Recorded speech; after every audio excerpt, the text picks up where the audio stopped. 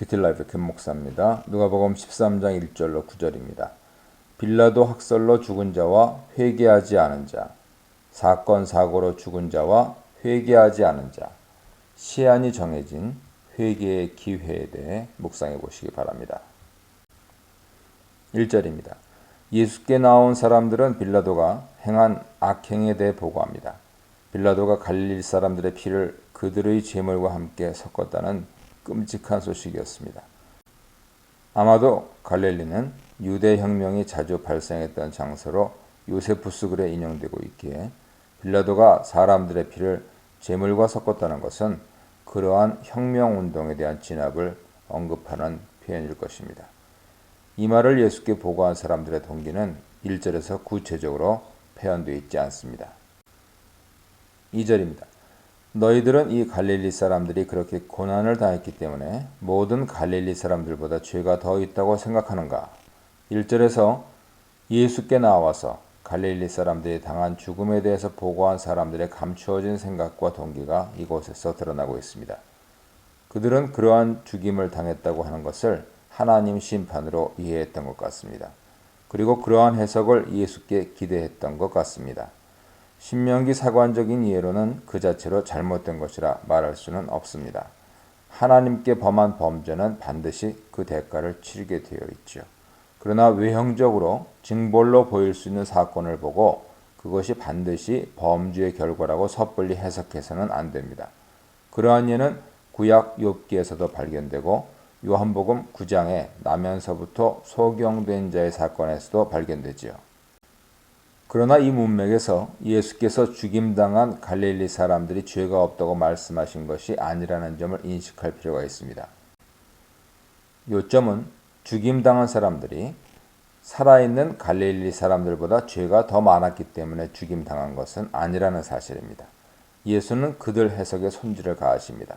그리고 그들이 놓치고 있는 중요한 부분에 대해서 언급하실 준비를 마치셨습니다. 3절입니다.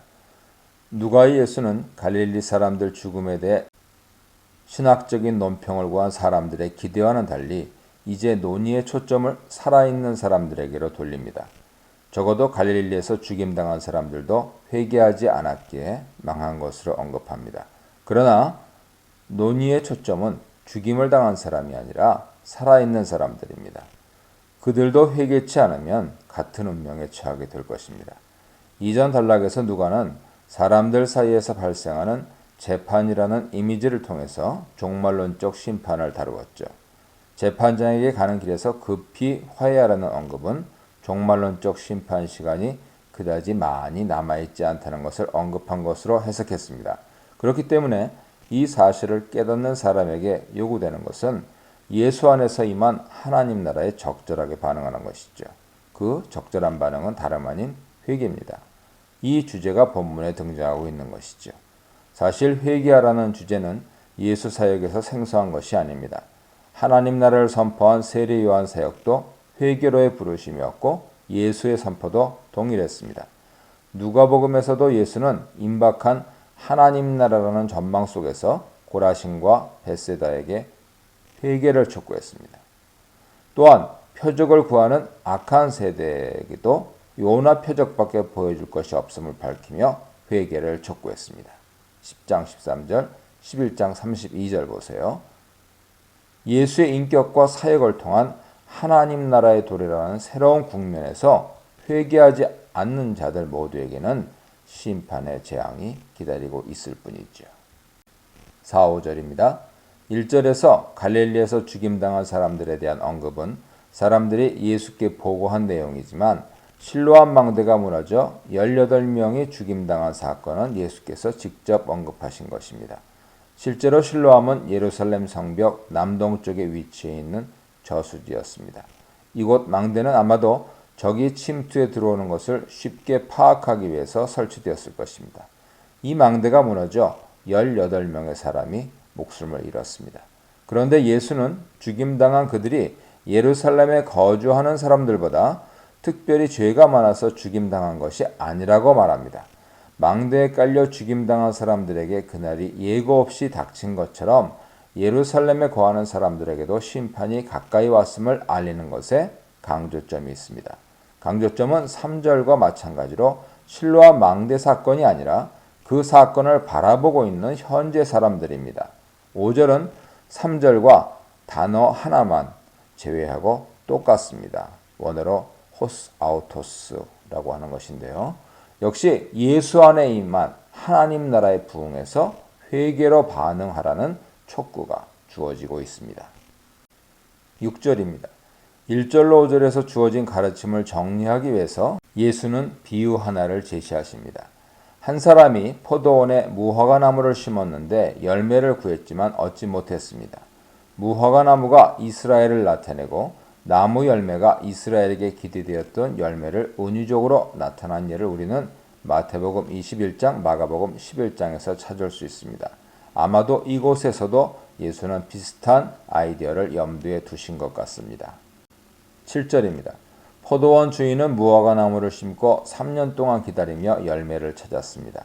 그러나 인내 기간이 다하고 포도원 주인은 열매 맺기를 실패한 무화과 나무를 찍어버리라고 과수원 지기에게 명합니다. 이러한 언급은 누가복음 3장 9절을 생각나게 하죠. 그때도 유사한 언급이 세례 요한을 통해 주어지는데 대상은 자신이 아브라함의 후손이라 생각하면서도 적절한 열매를 맺는 데 실패한 사람들이었습니다. 이 문맥에서도 이 언급이 유대인들을 향하고 있다고 상정해야 의미가 잘 통하게 됩니다. 열매 맺기를 실패한 것에 대한 심판의 시기가 다가오고 있다 하는 것이 본문의 주된 이미지입니다. 8, 9절입니다. 포도원 주인 명령에 과수원지기는 다른 제안을 합니다. 그러나 이 제안은 근본적으로 주인 뜻을 거스리는 것이 아닙니다. 과수원지기도 무화과 나무가 열매를 맺는 데 실패하고 있다는 주인의 문제인식에 대해 이의를 제기하지 않기 때문이죠. 이의를 제기하지 않는 정도가 아니라 정확히 똑같은 문제인식을 하고 있습니다. 이 제안의 초점은 나무를 찍어버리는 시기를 연기하는 것에 맞추어져 있습니다. 추가적인 1년의 기회를 더 주고 그래도 열매를 맺지 않으면 그때 나무를 찍어버리자는 제안이죠. 이 비유가 말하려는 요점은 수원지기에 의해서 예정된 심판의 시기가 보류되고 있다는 것이죠. 만일 우리가 포도원 주인 비유의 주제를 하나님 심판에 맞추면 이 이야기는 누가 문맥과 기막히게 맞아떨어집니다. 누가의 예수는 하나님의 임박한 심판에 앞서 마지막으로 이 비유를 통해서 회개를 촉구하고 있는 것이죠. 예수는 포도원 주인을 하나님, 과수원 지기를 예수 자신을 비롯한 선지자들, 그리고 무화과 나무를 이스라엘로 상정하고 비유를 구성했을 가능성이 큽니다. 이전 단락에서 재판장에게 가는 길에서 급히 화해하라는 언급은 종말론적 심판 시간이 그다지 많이 남아있지 않다는 것을 언급하는 것으로 해석할 수 있음을 밝혔습니다. 그렇기 때문에 이 사실을 깨닫는 사람에게 요구되는 적절한 반응은 다름 아닌 회개죠. 이 주제가 비유를 통해서 본문에 등장하고 있는 것입니다. 그런데 그 회개의 시기도 많이 남아있는 것이 아님이 분명히 드러나고 있습니다. 머뭇거릴 시간이 없다는 것이죠. 13장 10절로 21절입니다. 안식을 얻은 여인, 안식을 파괴하는 자들, 그래도 성장하는 하나님 나라에 대해 묵상해 보시기 바랍니다. 11절입니다. 여인은 귀신 들려서 질병을 얻은 것으로 보이는데요. 예수께서 이 여인을 발견하신 시점은 안식일이었고 장소는 회당이었습니다. 계속해서 이 여인의 육신 상태를 묘사하는데 귀신 들림으로 인해서 이 여인은 자신의 몸을 펼 수 없었습니다. 이러한 상황 묘사는 이 이야기가 예수의 안식일 논쟁으로 이어질 것임을 시사하면서 동시에 이 여인의 현 상황이 생명이 위태로운 상황은 아니었음을 드러냅니다. 유대인들은 안식일에 생명이 위태로운 상태가 아닌 한 의료 행위를 율법 위반으로 이해했습니다. 12, 13절입니다. 예수께서는 이 여자를 보시고 그 여인의 연약함, 질병을 치유하십니다. 동사는 완료 수동태로서 여인의 치유가 하나님의 행위임을 암시하며 이 치료 행위가 이미 완료되었음을 나타냅니다. 예수의 치유를 통해서 이 여인은 즉시 회복되어 하나님께 영광 돌렸습니다. 영광을 하나님께 돌린 주체는 문맥 속에서 여인으로 봐야 맞습니다. 14절입니다. 예수께서 안식일에 귀신 들려 몸이 꼬부라져 있는 여자를 치유하신 일이 화근이 되었습니다.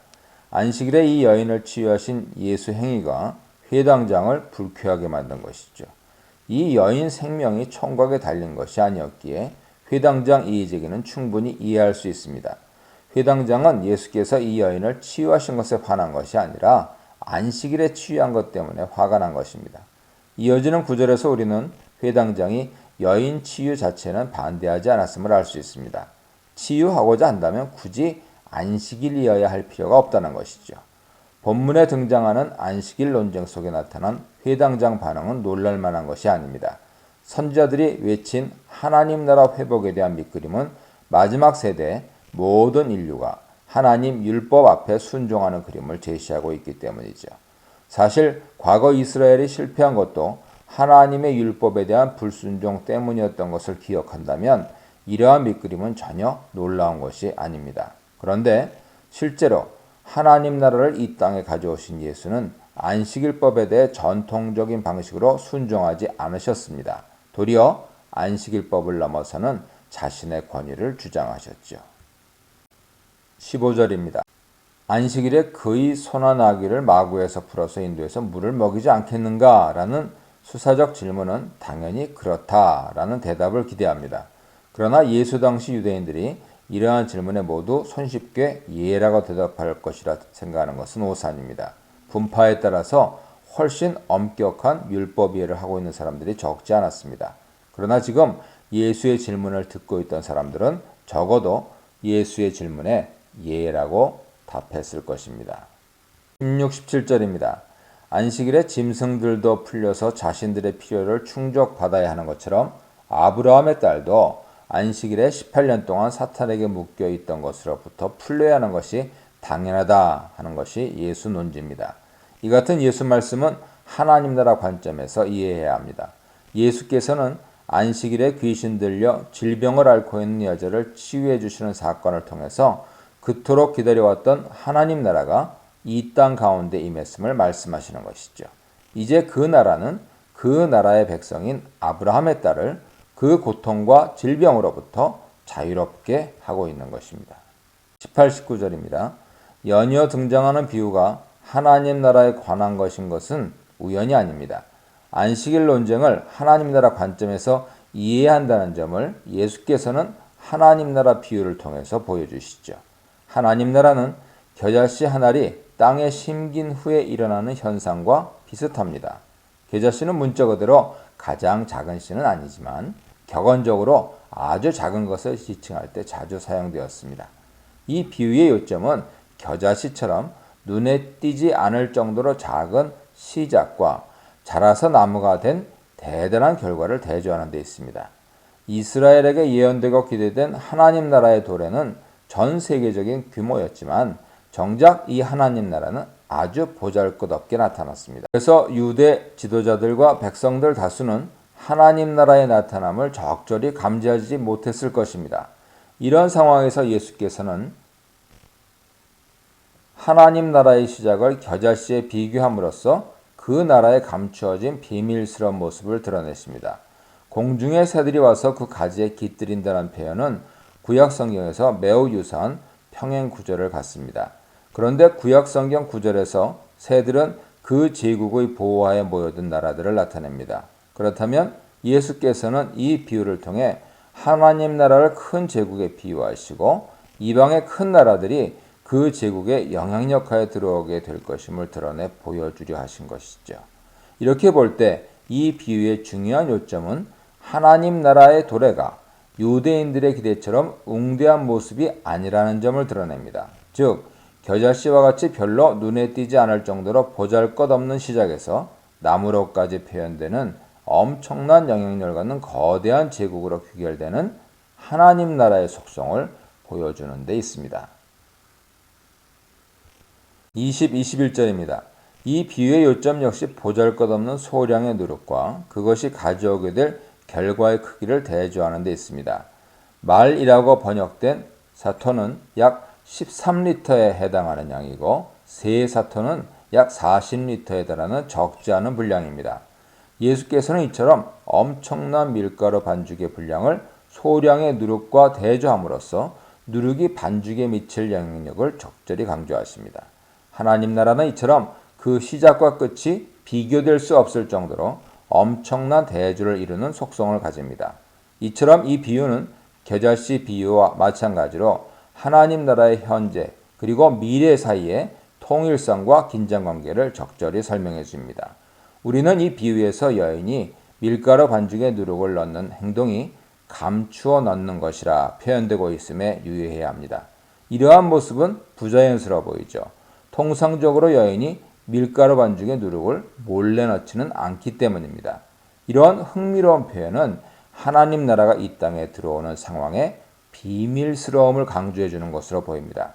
하나님 나라는 이 땅에 들어올 때 사람들이 일반적으로 기대하는 것처럼 나팔 불며 떠들썩하게 들어오지 않고 사람들 눈에 띄지 않을 정도로 매우 은밀하게 들어오는 특징을 갖습니다. 어쩌면 이 비유는 누룩이 밀가루 반죽에 퍼져나가는 과정의 은밀함도 염두에 두고서 하나님 나라가 그 퍼져나가는 과정에서도 사람들이 눈으로 관찰할 수 없을 정도로 조용히 점진적으로 진행된다는 점을 시사해 주려 했는지도 모릅니다. 13장 22절로 35절입니다. 하나님 나라에 들어가는 좁은 문, 하나님 나라에 들어갈 수 없는 이들, 좁은 문으로 몸소 들어가시는 예수님에 대해 묵상해 보시기 바랍니다. 22, 23절입니다. 예수께서 여러 지역을 다니시는 가운데 어떤 사람이 구원에 관련된 질문을 제기함으로써 이 단락이 시작됩니다. 누가 이러한 구성은 의도적으로 보이는데요. 그는 바로 이전 단락에서 두 개의 비유를 통해서 하나님 나라의 현재성과 미래성에 대해서 그리고 양자의 비교할 수 없는 현저한 차이에 대해 주목했었습니다. 이제 그 하나님 나라의 구성원이 될 사람들에게 관심을 표현하는 것은 상당히 자연스럽죠.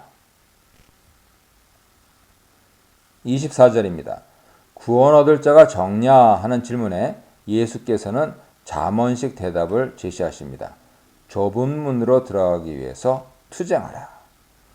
투쟁하라는 단어는 바울 편지에서 종말론적 관점을 가지고 기독교인의 삶의 윤리를 언급하는 곳에서 종종 사용되고 있습니다. 고린도전서 9장 25절, 골로새서 1장 29절, 4장 12절, 디모데전서 4장 10절, 6장 12절, 디모데후서 4장 7절 보세요. 예수께서 이 단어를 종말론적인 하나님 나라 문맥에 위치시킴으로써 바울이 같은 이해를 했다는 것을 잘 보여주고 있습니다. 좁은 문을 통해서 들어가기 위해 힘을 다해 노력해야 하는 그레코로만 사회의 운동선수 이미지를 통해서 예수는 하나님 나라에 들어가는 구원을 얻는 것이 결코 가벼운 것이 아님을 시사합니다.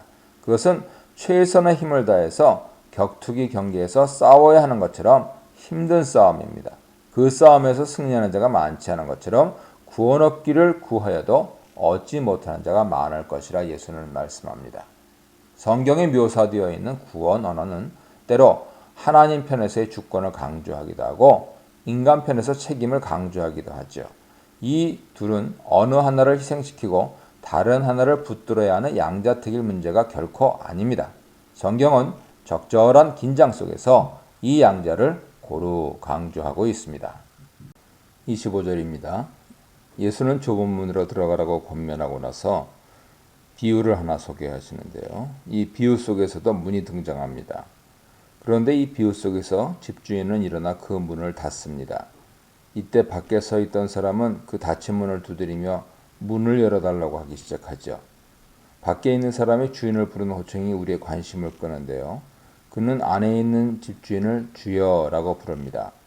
이러한 상황 묘사는 이 비유를 종말론적인 상황을 설명하는 것으로 이해하게 만들죠. 밖에 서 있는 이는 분명히 집주인을 알고 있는 것으로 묘사되는데 안으로부터 들리는 대답은 의외입니다.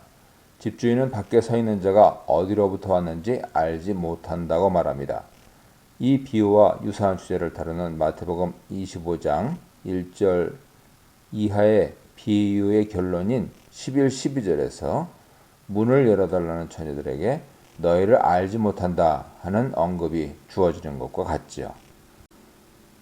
26절입니다. 집주인이 알지 못한다고 단호하게 말했던 것과는 대조적으로 밖에 서 있던 자들은 집주인과의 분명한 인간적인 연대를 강조하고 있습니다. 그들은 주인과 함께 먹었고 마셨고 심지어는 우리의 거리들에서 가르쳤습니다. 항변하는 자의 말 속에서 이 사람은 주인과 더불어 길에서 가르침을 베풀었던 것으로 묘사됩니다. 27절에서 우리는 이 비유에 등장하는 주인이 예수 자신임을 분명히 알게 됩니다. 이것이 사실이라면 25절에 등장하는 주인의 대답은 충격적이죠. 예수와 더불어 함께하며 심지어 그의 가르침을 베풀었던 자들에게 종말론적인 거부의 대답이 주어진다 하는 것은 충격 그 자체입니다. 27절입니다. 주인이 항변하는 자를 거부하는 이유가 27절에서 분명하게 제시됩니다. 그들은 의롭지 못한 행위를 하는 자들이죠. 이 구절은 마태복음 7장 22절에 나오는 예수님 말씀을 생각나게 합니다. 그곳에서도 예수로부터 거부당하는 사람들은 자신들이 예수와 분명한 인간적인 연대를 가지고 있음을 자신들이 행한 여러 영향력 있는 사역들을 나열함으로 증명하려고 시도합니다. 그러나 예수님은 그들을 불법을 행하는 자들로 규정하시고 자신으로부터 떠나라고 말씀하시죠. 분명한 종말론적인 언어로 채색되어 있는 이 비유는 심지어 예수와 더불어 먹고 마시고 그의 가르침을 위해 시간을 사용한 자들 가운데서도 최종적으로 거부될 자들이 있음을 시사합니다. 무슨 사역을 수행했느냐가 관건이 아니라 의로운 자들인가 여부가 관건이지요. 28절입니다. 이들에게 주어진 심판이 종말론적인 성격을 띈다는 사실은 뒤따르는 어구를 통해서 주어집니다. 그는 아브라함과 이삭과 야곱과 모든 선지자들이 하나님 나라에 있고 자신들은 밖으로 쫓겨난 것을 보게 될 것입니다. 29, 30절입니다. 예수는 이 비유의 결론을 구약으로부터 도출된 하나님 나라 잔치라는 이미지로 그리고 있습니다. 종말론적인 하나님 나라 잔치에 동서남북으로부터 사람들이 모여들 것이라는 이미지는 분명 이사야의 모티프로부터 왔을 것입니다. 이사야 43장 5절이야 참조하세요. 그런데 이곳에 반전이 있습니다. 누가 이 잔치에 참석하고 어떠한 사람이 배제될 것인지에 대한 예기치 못한 반전이 있죠. 배제된 사람들 가운데서도 자신만은 당연히 하나님 나라의 잔치에 있을 것이라 생각한 사람들이 있습니다. 31, 33절입니다. 바리새인들 가운데 일부가 예수께 나와 그를 죽이려 하는 헤롯의 계획을 알립니다. 그러나 이러한 보고를 들었음에도 예수는 헤롯의 계획이 자신의 사역에 아무런 영향을 미치지 못함을 알리십니다. 그는 예정대로 사역을 수행할 것이죠. 예수는 자신이 예루살렘을 향해 가고 있음을 독자들로 다시금 환기시키십니다. 그러나 그 길은 헤롯으로부터 도망가는 길이 아니라 자신 앞에 있는 길을 결연히 걸어가려는 예수 자신의 의지의 결단입니다. 이제 예수 안에 임한 하나님 나라의 회개의 초청에 부적절하게 반응한 예루살렘 주제가 등장합니다. 34, 35절입니다. 이곳에서 사용된 예루살렘이라는 표현은 이스라엘 수도를 가리키지만 또한 전체로 이스라엘이라는 나라를 상징합니다. 이스라엘이 하나님 메시지에 적절히 반응하지 못한 것에 대한 심판이 암시되어 있습니다. 예수의 의도는 이스라엘을 회개케 함으로써 지금까지 지속적으로 언급된 종말론적 심판을 피하게 하는 것입니다. 암탉이 새끼를 보호한다는 이미지는 구약 성경에서 하나님이 자기 백성을 보호하신다는 내용에 사용되는데 이곳에서는 이 역할이 예수를 통해 투영되고 조명됩니다. 집이라는 표현은 좁은 개념으로는 성전을 언급하는 것일 수도 있고 넓은 개념으로는 이스라엘을 가리킬 수도 있습니다. 이제 예수는 자신의 호소를 받아들이지 않는 유대인의 공적 삶의 현장으로부터 떠나고 계십니다.